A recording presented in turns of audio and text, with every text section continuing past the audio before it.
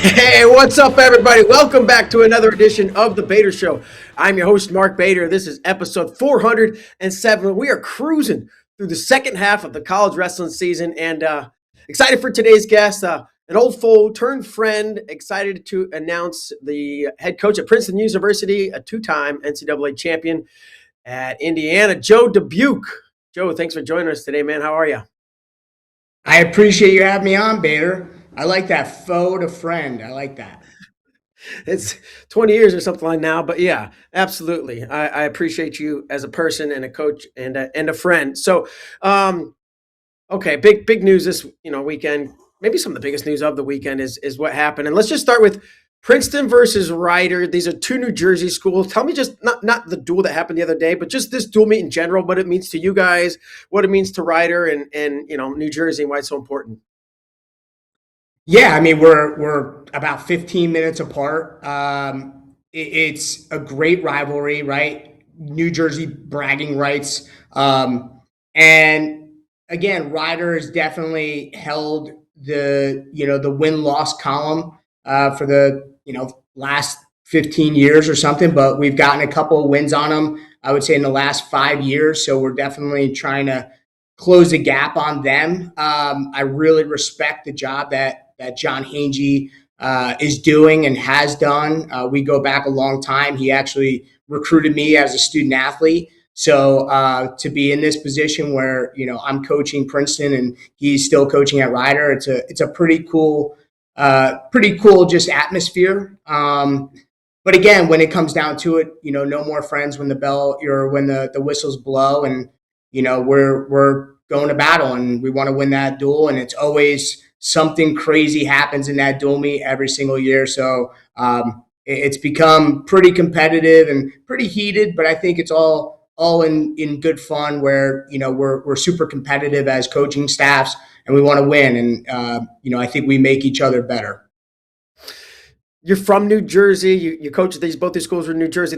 New Jersey's like I think a lot of people know this, right? But it's like it's a wrestling hotbed, and it's like a very densely concentrated area with a lot of really good wrestling, and the numbers show throughout the years. It's just what this duel is like in person, what the fans are like, and on the bench, right? The intensity, the emotions.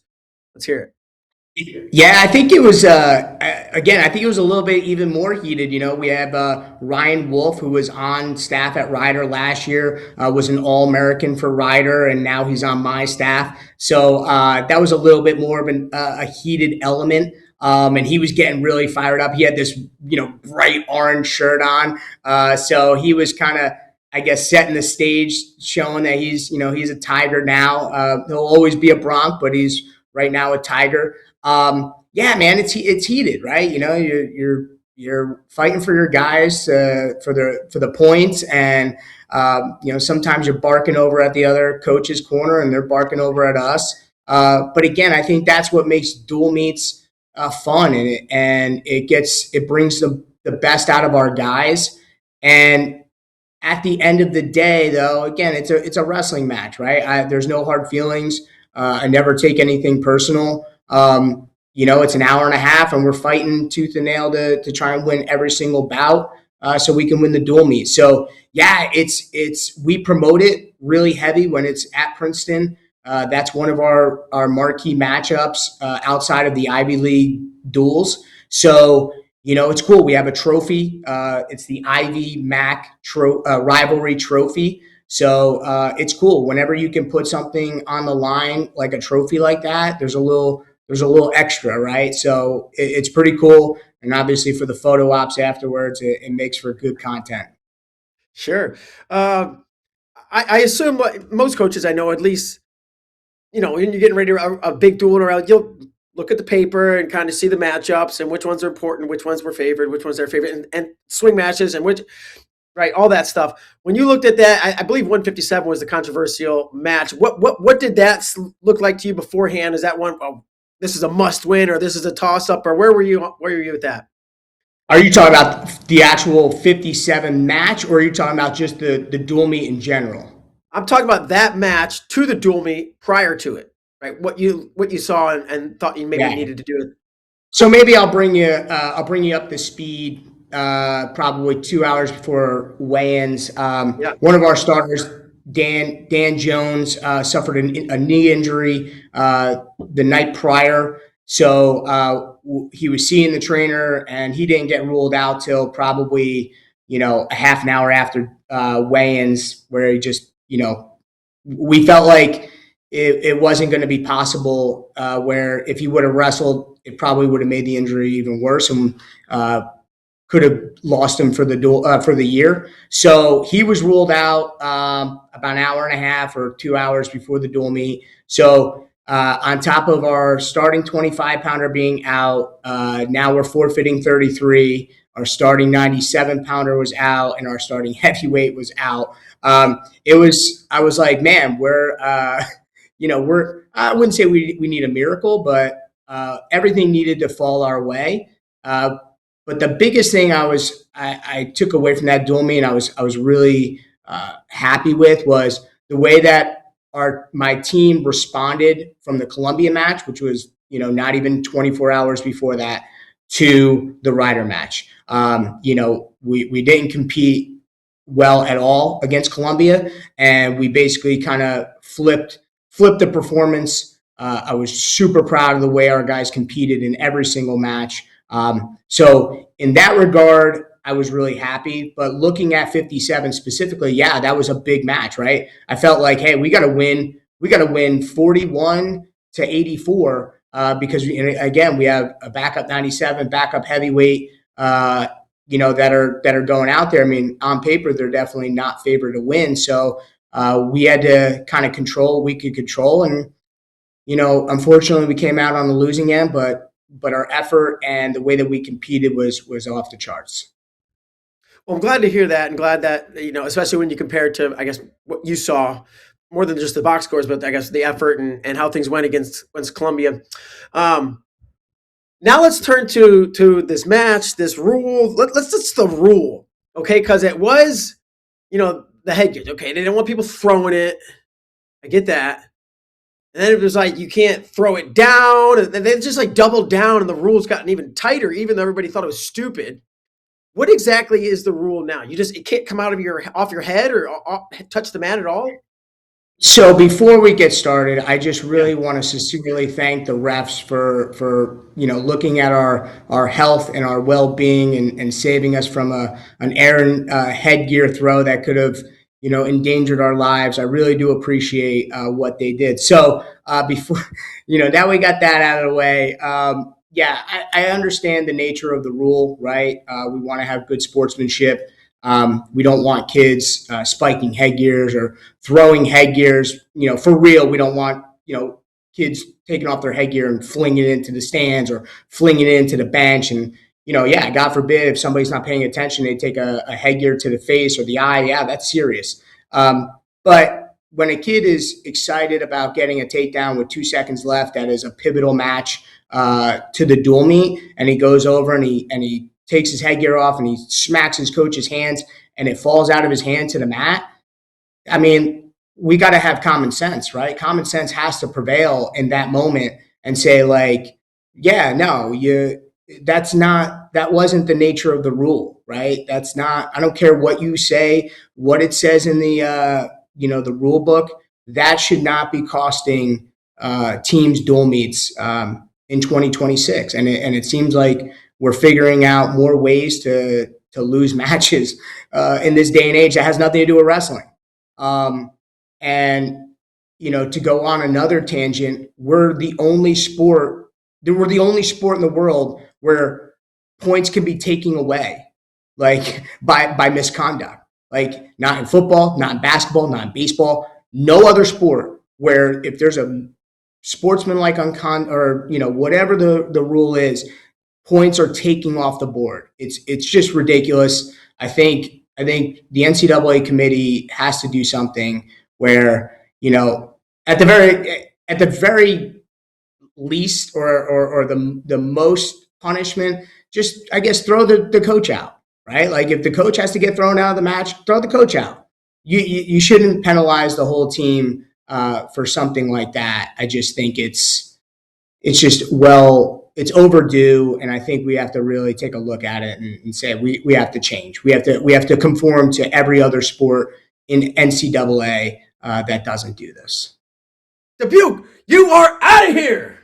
That would have been That's all right. fine. Honestly, yeah. That's fine. That's fine. Throw me out. Let the assistant coaches take the reins.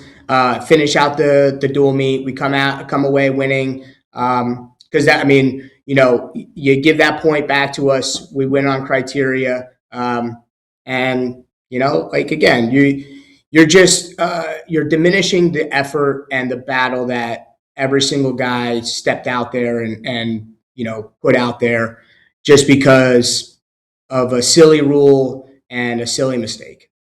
Sure. We have this clip, Greg. If you want to pull this up, we'll take a look at it, and I'm just kind of curious from your perspective. You're excited, and then at what point do you realize, oh crap? Like, did you realize it right then? Well, I mean, I'm like, yeah, the headgear fell out, and I'm thinking, I'm like, oh my god, like, my first reaction is like, all right, I'll pick it up and I'll give it to him, and then I see the ref, hit us with hit him with an unsportsmanlike conduct. I'm like, this can't decide the match. This just can't, right? Like literally he shakes his hand and his headgear falls out of his hand. It didn't endanger anybody. He didn't slide it anywhere. It literally fell a foot at his feet.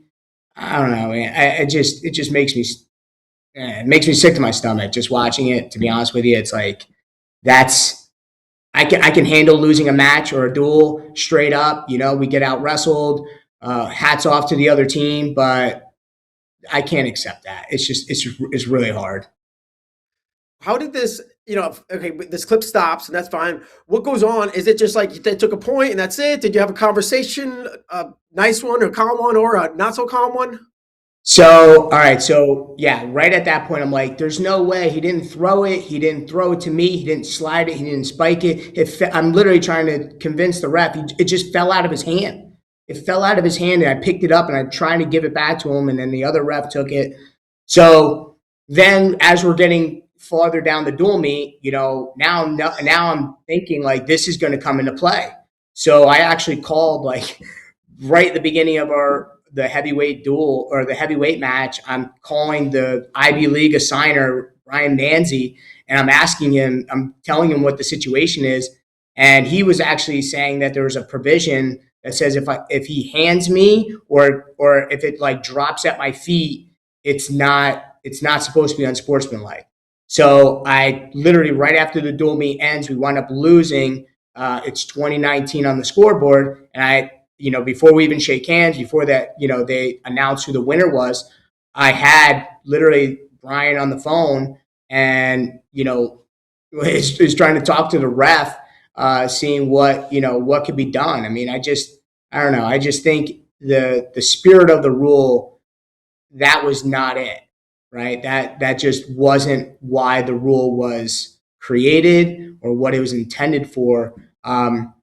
And it cost us a match. It cost us the dual meet. And again, I just think the kid wrestled his butt off, and now to do that, it diminishes the whole effort of the team. Especially with us coming in there, under immense adversity with our lineup, and to battle that way and to give ourselves a chance to win, just to lose like that, it's just discouraging.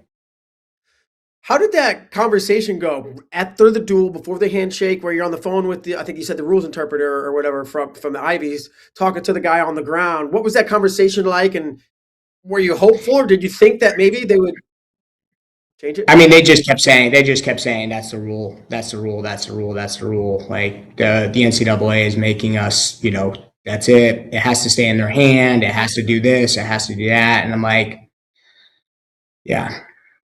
Again, you can explain it to me 100 times. It still just doesn't make sense to me that's what's gonna lose us the match, right? Like, again, I just can't fathom it. And I said this earlier, but this was a rule, and then a lot of people didn't like it, but it like went the other way, that it's like becoming a rule of emphasis this year, and they're like doubling down on it and making it a bigger deal. Is that accurate? So yeah, I guess so. It's a point of emphasis, but I've been seeing clips online of other teams and other kids literally dropping their headgears and pointing at coaches after they win, and not one unsportsmanlike conduct happens, not one team point is taken away, and it just seems like little old Princeton is the one that has to kind of be the sacrificial lamb, so that they show that they're serious about this. And I'm not saying about the NCAA. I'm just saying, like, if that's another team, if that's a Big Ten duel, and that's it's that close, there's no way that gets called, in my opinion. But that's just how it is, man. You gotta move on. Obviously, I'm talking about it right now, but after this conversation, I won't talk about it again. It's over and done with. And as a team, we've already moved forward. To be completely honest with you, I never even said anything to Rocco about it, because he wrestled his butt off and he gave us a chance to win, and I congratulated him on a great effort and a great performance. And that's it. We'll talk to our team, or we just talked to him about from now on, you better run out the building with your headgear on and go shower with it on and everything like that. Make sure you don't leave any room for error. Sleep with it on. Yeah. Brush your teeth. Just keep it on 24/7. You'll be fine. Well, and you got to give that ref some credit. That thing could have flown out and hit somebody, in the teeth. And that would have been terrible. I know. He was looking at our well-being, and I appreciate it. And it's easy to blame the refs, but that's the rule. That's how they're being told to call it. So it sucks. I think whoever made the rule, the rules committee or whatever, to me it was not a good rule. So I mean, I like to call things fairly. Also, there was other ways that we could have won that dual meet.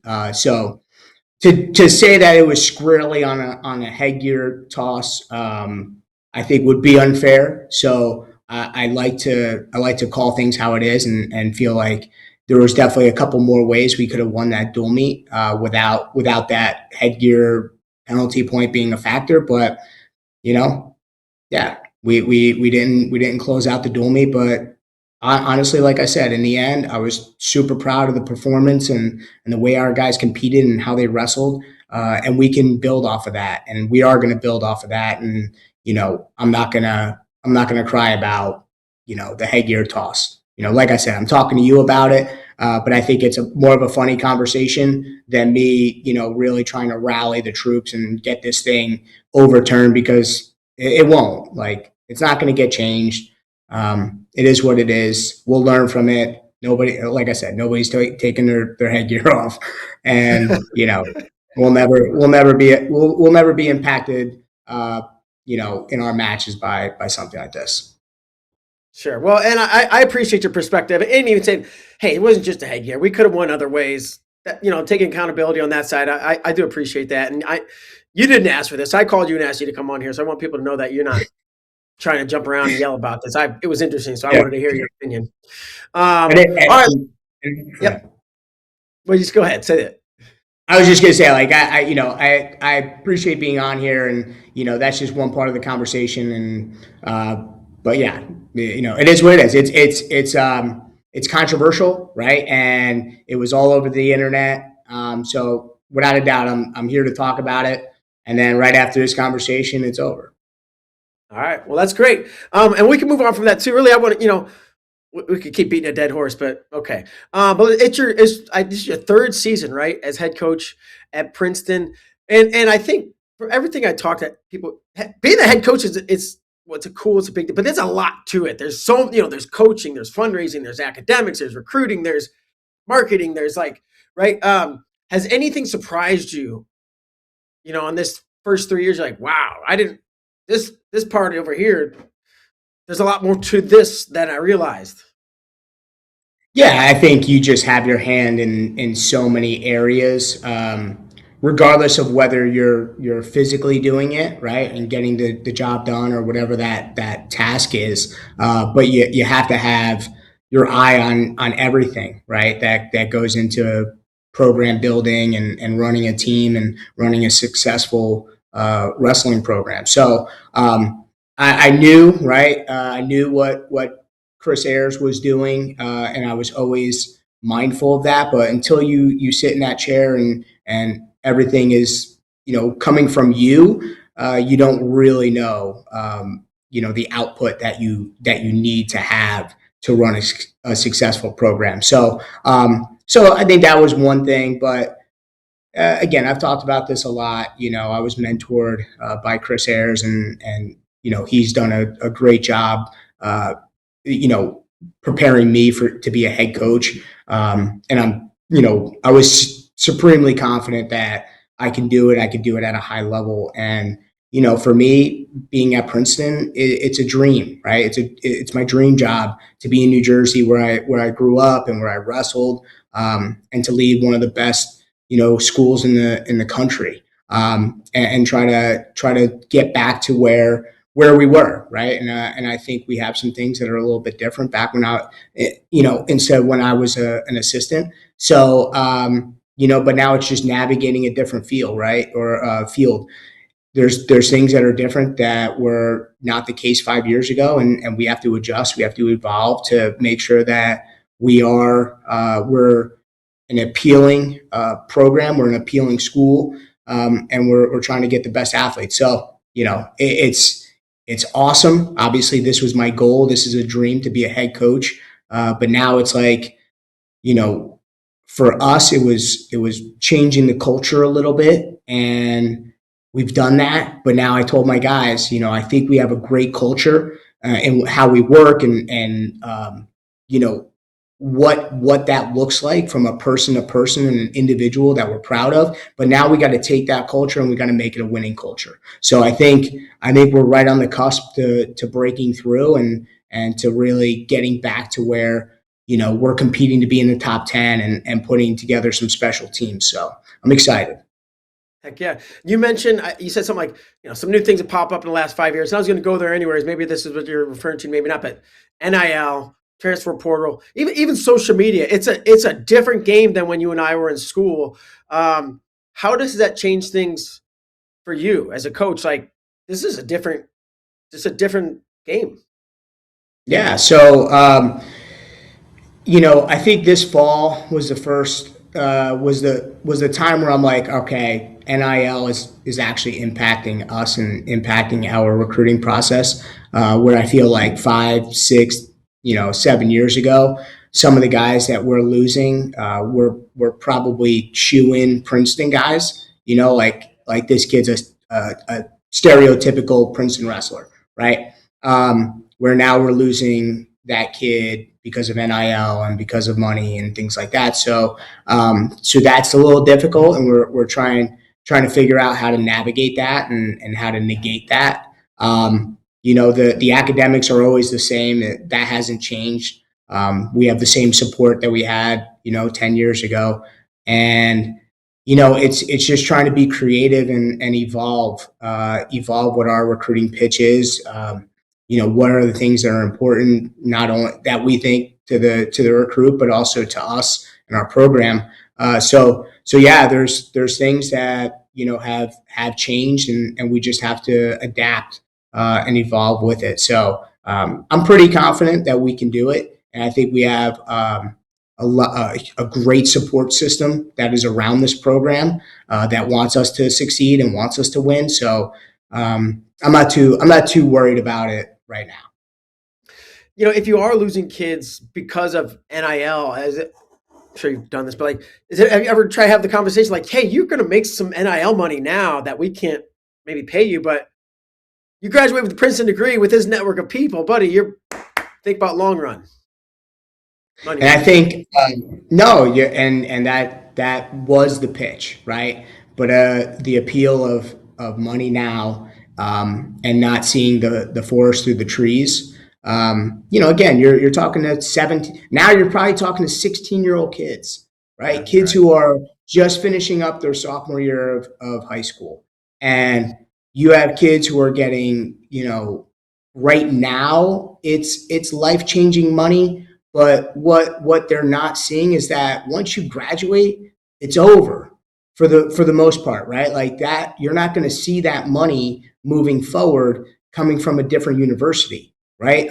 Like a Princeton degree, that is the 30-year NIL that continues to grow year after year after year. That after graduation, so trying to not convince, but just have that recruit, have a 16-year-old kid have that foresight of seeing the big picture, 10 years down the line when they graduate. That's where, maybe I got to do a better job. I got to paint that picture a little bit better.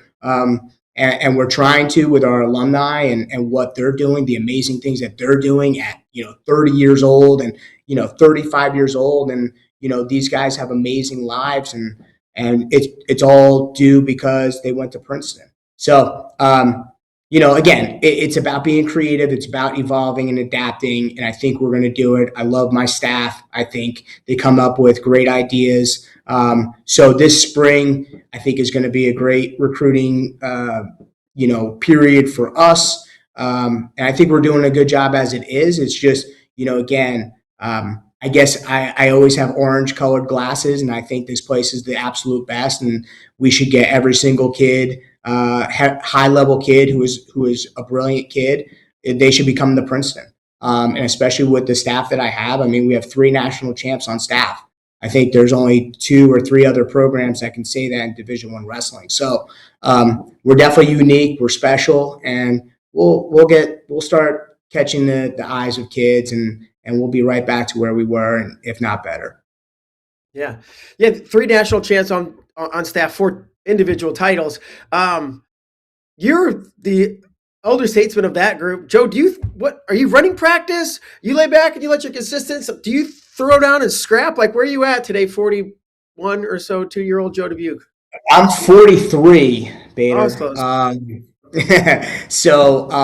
Man, I still like wrestling. Right. I still do like to get in there, and it's also the best therapy for me. So sometimes I got to balance out, but yeah, man, I like to scrap in there. Like I'm nowhere where I used to be. Sure. But I still have fight, and I still have, that little bit of ego that says I could still do it and I can still stand in there.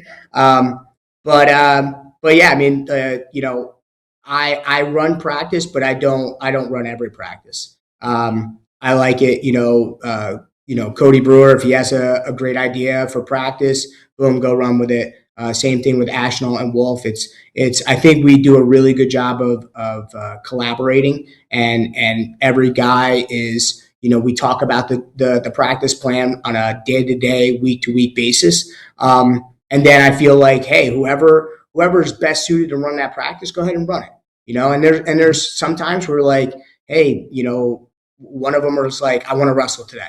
Like, I just want to wrestle. I want to go through the practice. Like, no problem. Like I'll run it, or one of the other assistants will run it. So I am definitely wanting to take a little bit more of a back seat, right? I want these assistants to have their fingerprints all over this program and all over the training. And again, they're fantastic, right? They're super successful, not only as athletes, but as coaches. So I definitely want their input and their philosophies cemented into our everyday training. Sweet.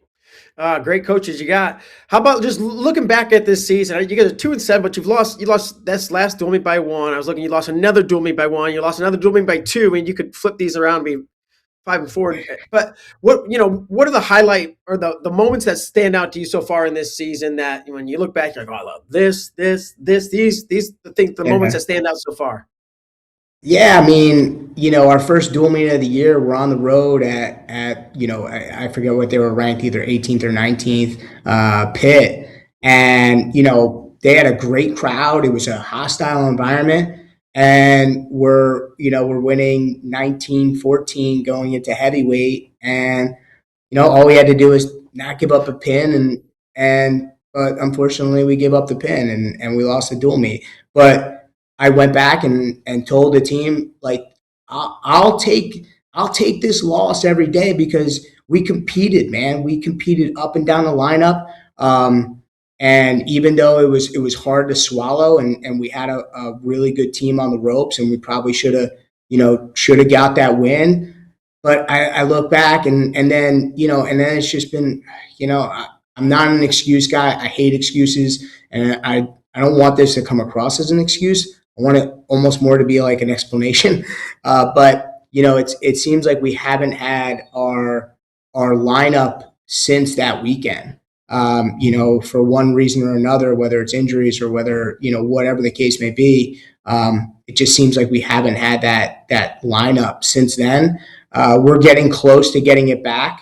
It still won't be, 100%, but, I was very encouraged by that performance from this team against a good team. Right. And then we went to West Virginia, and, we had two other guys, which was great. Like, we had our 41 pounder, our starting 41 pounder got hurt. Our 49 pounder got hurt. We had a backup 41 pounder go up against West Virginia, wrestle a guy who's ranked top 10 in the country and was winning with 8 seconds left and gets called for a singlet pull.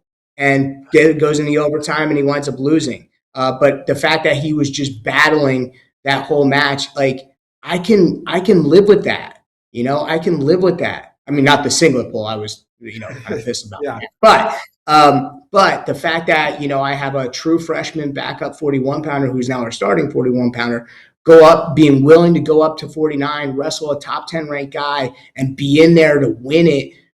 It's super encouraging to the future of this program. So, like, yeah, man, we've had some tough losses. We lost 1 point to Pitt. We lost 1 point to Northwestern. We lost 1 point to Rider. Again, it's tough, but you gotta end matches. You gotta finish matches. There's probably 100 different ways you can win a dual meet, and we just haven't done everything we needed to do to win all the dual meets. You talk about a couple of these you talk about that were very encouraging. The flip side, you mentioned this Columbia duel, right? Training record just didn't go well. We were off. We didn't wrestle hard, and turn around and you wrestled really well, pretty well against Ryder. Can you put your finger on why a whole duel? It's not just like this guy or that guy. I didn't watch the duel, but just from the way you describe it, it's like this duel we just didn't wrestle well. Can you look at it as just because? Is it a training thing? Travel? Can you put your finger on why you have a down performance? Yeah. Well, obviously, first off, I don't want to take anything away from the Columbia wrestling team. I think they wrestled fantastic, and they were tough and physical the whole match. So, definitely don't ever want to take anything away from that. But yeah, I mean, we're still in a training phase, right? We're still training hard. We're not pulling back. We're not training for Columbia. We're not training for Ryder. We're not even training for next week, right? Like, our training is to put us at an optimized level of competition for the NCAA tournament, right? So, but for me, it's like I'm trying to get them numb to how they feel, right? Like, I want them thinking every single time they step on the mat, I feel good enough. I feel good enough to compete as hard as I can, and that's all you need, right? Is to if you feel good enough, you feel good enough to win. So I don't know if I can put my finger on one thing that I feel like we just came out flat and didn't compete well. But it is what it is. The thing that I was most happy with was how they responded. Right, they could have easily taken that loss and then just go into almost like a downward spiral. So for me, again, I know the type of guys I have, and yeah, it stinks to have an off performance like that, but then to come back the very next day, not even 24 hours later, and put together a great performance, we can work with that. And I think that's something that my guys are now starting to see. It's like, don't be so fixated on the winning aspect. Just go out and compete like we talk about. Put out the brand of wrestling that we imagine all the time and we talk about all the time. If you do that, you're going to give yourself the best chance to actually win. And I think they started to figure that out. And then it was fun, man. It was a fun environment at Ryder, like the bench, and we had all of our guys in the stands, and they're screaming and they're yelling, and that's the type of dual meets you want to be a part of, right? Where every point matters, every position matters, every headgear throw matters. But Or drop. so yeah. But yeah, I can't put my finger on everything, one specific thing that kind of caused us to not have a great performance against Columbia. I think it was just a multiple, amount of factors that on Columbia's side and then on our side. So, but I feel good at where we're at right now. Okay, so you're talking about the dual meet environment with Ryder, how fun it was. I like to take the Wayback Machine and like, can you think of a dual meet you were a part of that was on that level of just excitement that you wrestled in yourself? Oh. It's cool, it's fun, it's exciting, Yeah. I always, I would say my junior and senior year, our matches against Purdue, that's a rivalry match. I believe we won both of those. Matches. I remember I think it was my junior year. I was yelling at Chris Flieger across the bench. He was actually up at 133. I was at 125, and now it's like I'm pretty friendly with Chris now, where we did not like each other in college. Sure. But again, it was like, but that was cool. That was a fun environment, man. It was intense. Every point mattered. Another match that was great. It could have been even better if we won it, but my junior year, we're wrestling at Carver Hawkeye against Iowa, and we lost 17-16. And again, there was probably 5 different ways we could have won that duel, counting myself. I beat my opponent 10-3 instead of getting the major. That could have helped us. So it's but that was one of it was one of the most surreal environments, because there was a large amount of time where Carver was very quiet, and that was something where in previous years Carver Hawkeye was, when we were wrestling, it was very loud, and they were cheering for their guys because they were winning a lot. And so that my junior year was a pretty cool experience. Like I said, it would have been even better if we won, but those are the type of dual meet environments that, again, I think the grow wrestling, movement is a for real thing. And that's something that, I'm not on the dual meet national championship or the individual national championship. Like, I don't really, side on either way. I mean, obviously I love the individual national championships, and I think that's something special. But I do acknowledge that dual meets 100% can get fans involved, especially when you promote it and it's a production, and it's a good actual dual meet, right? I think you can definitely build off of that and help grow the sport. So yeah, man, dual meets are fun. They get heated, they get intense. But like I said, I don't like to take things personal.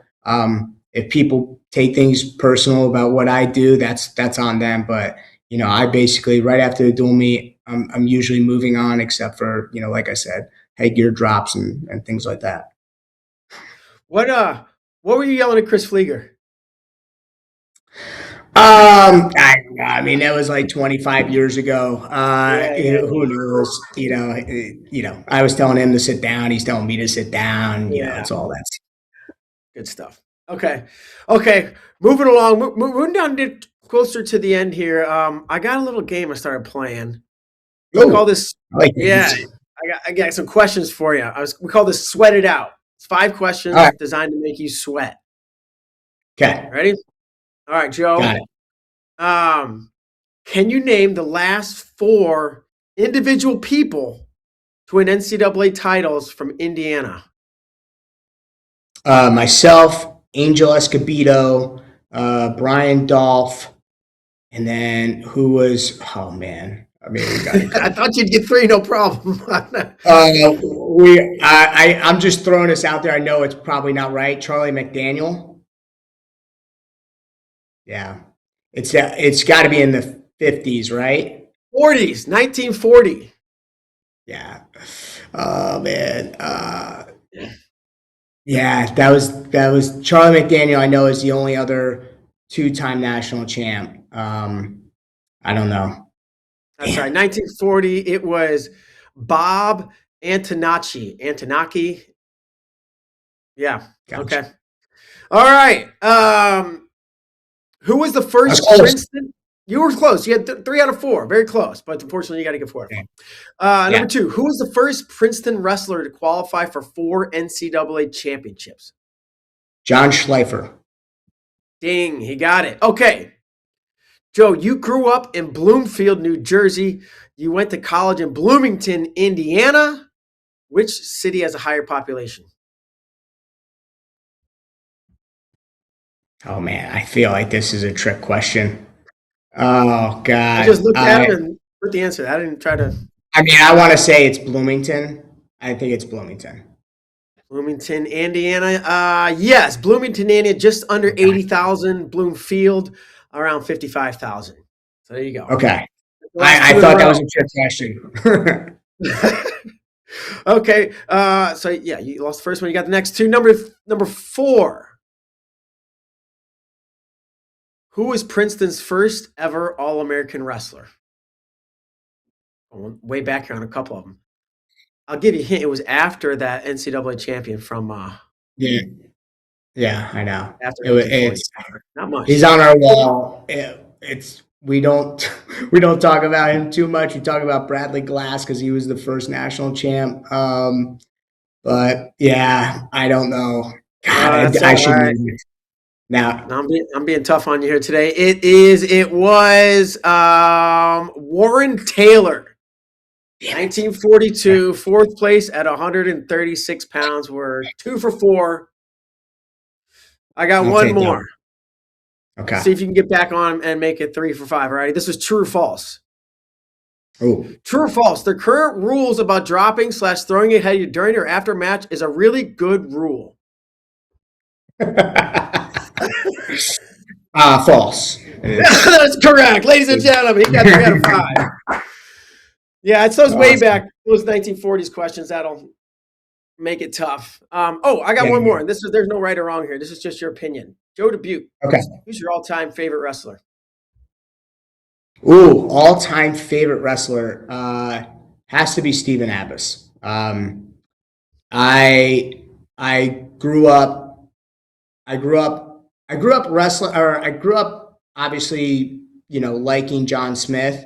But then once I really got into like high school, I started to, see Steven. And again, this was like back in the 90s. So you could only catch him, at 2 a.m. on ESPN2 and stuff like that. But then when I got to college, I didn't compete against him, but I would have if we were in college at the same time. So I loved his style. He was super aggressive, great on his feet. I think he's probably the most underrated funk guy. I know Ben gets a lot of Sure. obviously Ben took funk to another level, but I think Stephen Abbas was absolute great scrambler, great in all three positions. So Stephen Abbas definitely my all-time fave. Okay, yeah, man, he was awesome to watch. And to your point, like 2 a.m. on ESPN2, if you happen to pop a tape in and record it, you could rewatch it.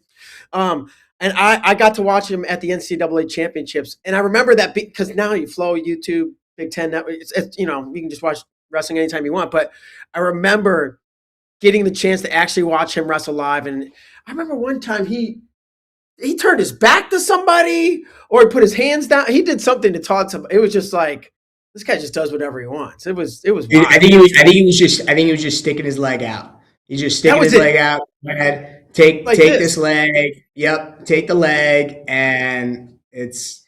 I mean, I love that, right? He had a little bit of showmanship, and now it's called swagger. But it's just I thought he was just the complete wrestler, and so athletic and so smooth on his feet, and it was something that I try to mimic in my style a little bit. Obviously, trying to put my own little spin on it, but yeah, Abbas doesn't get as much credit, I think, as he should. I mean, he's literally. I think he's one of the all time greats. One of the all time greats. Complete stud. That's a fantastic answer because he's super fun to watch. One of the best for sure. Okay, and the last thing, Joe, is just final words. Anything you want to say about anything? We've been kind of going around and around, and it doesn't have to be about headgears. No, I mean, always appreciate you having me on FloWrestling, what you guys do for the sport and for Princeton wrestling. It's awesome. It feels good. It feels great to be recognized by media outlets. And we're trying to do our thing, and you guys are trying to do your thing, and we just appreciate what you guys do. So thank you again for having me on, and hopefully we'll have some more All-American and national champions in the orange and black real soon. All right, Joe, I appreciate it. We're going to get wild, and you have a great day, and I hope to see you soon. Thanks, Peter. All right, thanks, man. Have a great day. And that's going to do it, folks, for our show. For Joe Dubuque, I'm Mark Bader. We'll see y'all next time. Bye-bye.